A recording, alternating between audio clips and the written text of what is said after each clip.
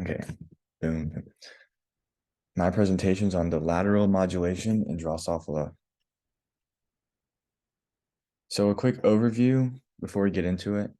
For an animal to survive, it must have a sufficient capacity for sensory discrimination. In other words, it must be able to um, decipher between different input into the brain. So it enables stimulus-specific modulation of behavior. Synapse specificity, so basically the enforcement of certain neural pathways is what is going to be looked at in this, and in specific in fruit flies. And this is strengthened by dopamine, which is a reinforcement neurotransmitter. So it's going to be strengthened by dopamine input and synaptic activity for plasticity occurring at the same exact time. So researchers from the Hees lab wanted to find out how the specificity for learning occurs in Drosophila. So in short, they're going to be looking at fruit flies and they want to figure out how they're looking specifically within the brain, what is occurring for them to have specific learning processes. So they're going to be looking at certain neural pathways and certain receptors to figure out why and how this is occurring. So lateral modulation sounds complex, but it's really just the interactions between neurons in the same layer of the cortex, which can affect the processing and transmission of certain information. So, like I said, we're going to be looking at Drosophila fruit flies, which are a model organism, and you can use their brain structures and other um, just fundamental processes within the brain. You can use those and study other things off of them. So yeah, they're going to look to see what affects specific learning in fruit flies. So before we get into the experiment, some useful information are that the KCs we'll be referring to are canyon cells, which are the main cells in the olfactory system. And I'm not sure how to say this, but the M-acetylcholine receptor, beta, so it's a G-coupled receptor activated by acetylcholine. So it's the receptor that's activated by the neurotransmitter acetylcholine. So the olfactory system is important for the fruit flies learning. And other mechanisms go into the olfactory learning system, such as lateral neuromodulation, which we previously just hit on, which are being used locally at synaptic terminals. So within a neuron, you have multiple parts. We won't get into all of them, but at the ends are the synaptic terminals, which are responsible for relaying information over. And brain plasticity is basically the ability for certain neural pathways to be strengthened and therefore will strengthen or help specific learning processes in the future. So as you can see in this image here, we have the receptor neurons, which go to the projection neurons, which aren't that important for this, but the main part that we're going to be focusing on are the canyon cells, which are within the mushroom body. So the experiment is the researchers wanted to figure out what was mediating the interactions that caused the specific learning to happen.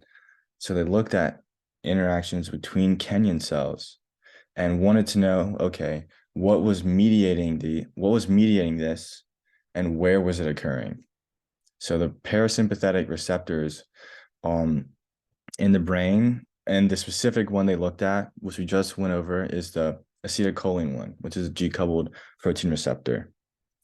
And how they did this was they used transgenes with RNA interference and observed the effects of the pathways. So the gamma canyon cells have extensive lateral axon connections. So in short, they were looking to see what part of where the canyon cells interactions were occurring within the neurons. So it was occurring in the axons. And they found that it occurred the most in the axonal lobes and the cell bodies. And that furthers the idea that these interactions between the canyon cells are required for specific learning. So from the image, you can see in the calyx, in the cell bodies, and the axonal lobes, you can see the more saturated images, and that refers to the overexpression. So that's what they use. They use structural imaging to figure out where this is occurring and with what. So the expression of this receptor in Kenyan cells is required for efficient olfactory learning. So the researchers determined that this receptor for acetylcholine is a required component for aversive olfactory learning.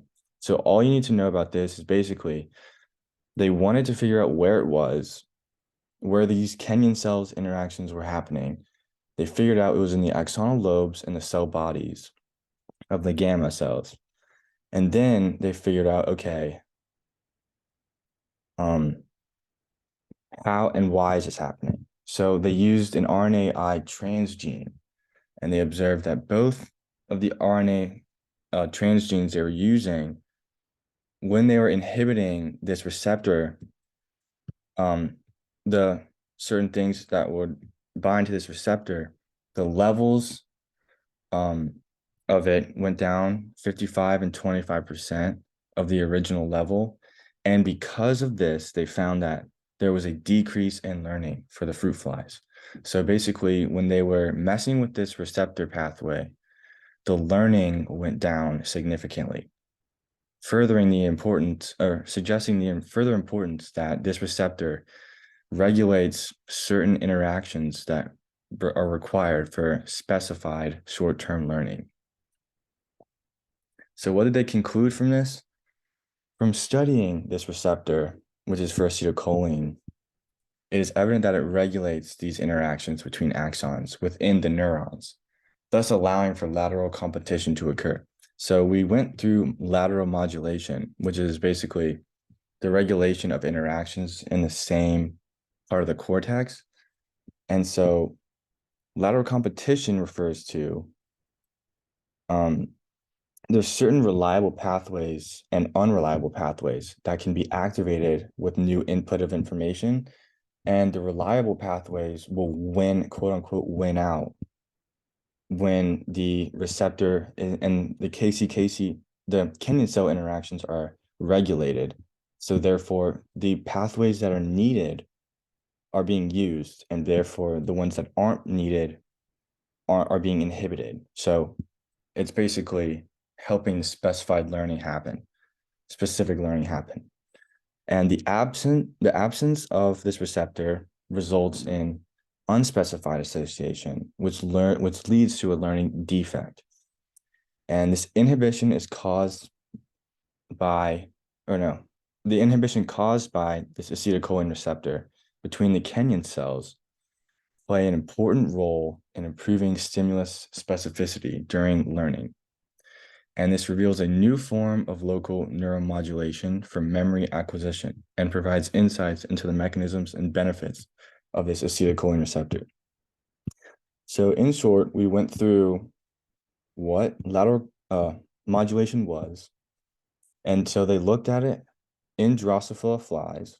They wanted to know where it was happening, with what. So in Kenyan cells and in gamma, and then with this acetylcholine receptor, which mediated those interactions. And they found that when this certain receptor, this neural pathway was weakened or inhibited, the learning was defected. And when it was not, and when it was allowed its path, it regulated the pathways in specified learning of new input of information.